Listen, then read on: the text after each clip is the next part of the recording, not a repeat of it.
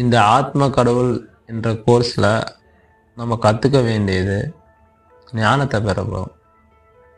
ஞானத்தை ஈஸியாக பெறலாமா? ரொம்ப கஷ்டங்க. அவ்வளோ ஈஸியாக ஞானத்தை பெறவே முடியாது.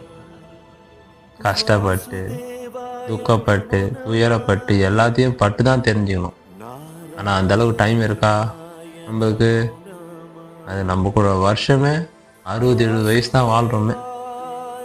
இந்த இந்த காலத்தில் நம்மளால் நம்ம எல்லாத்தையும் தெரிஞ்சுன்னு கடைசியாக நம்ம வயசான காலத்தில் போயிட்டு நம்ம ஞானத்தை பெற முடியுமா? அப்போது இப்போவே நம்ம ஞானத்தை பெறணும்.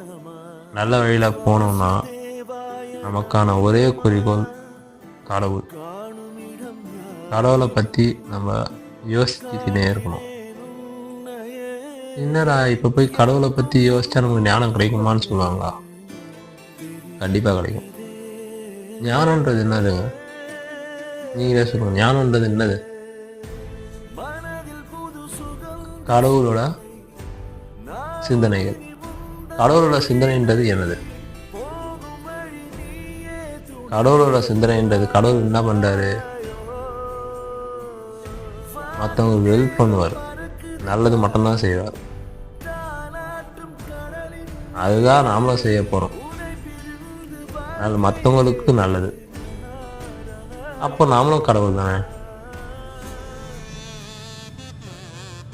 உன்னுள்ளே சிவன் இருக்கிறார் அப்படின்வாங்க. எல்லாருள்ளும் சிவன் இருக்கிறார். அவங்கவுங்க கடவுள் அவங்கவுங்க மனசுக்குள்ள இருக்கிறாரு. அவங்க சொல்றத கேளுங்க, கேட்டு நல்ல வழியில நடங்க அப்படின்னு. இதுதான் நம்ம தெளிவா சொல்லித்தரோம். இதுக்கு இன்ட்ரெஸ்டடாக உள்ளவங்க இந்த மெயில் ஐடி கான்டாக்ட் பண்ணுங்க. டைமிங் நான் அனுப்புனேன். நம்ம கிளாஸஸ் அட்டன் பண்ணி நம்ம ஞானத்தை நம்ம பெறலாம். வணக்கம்.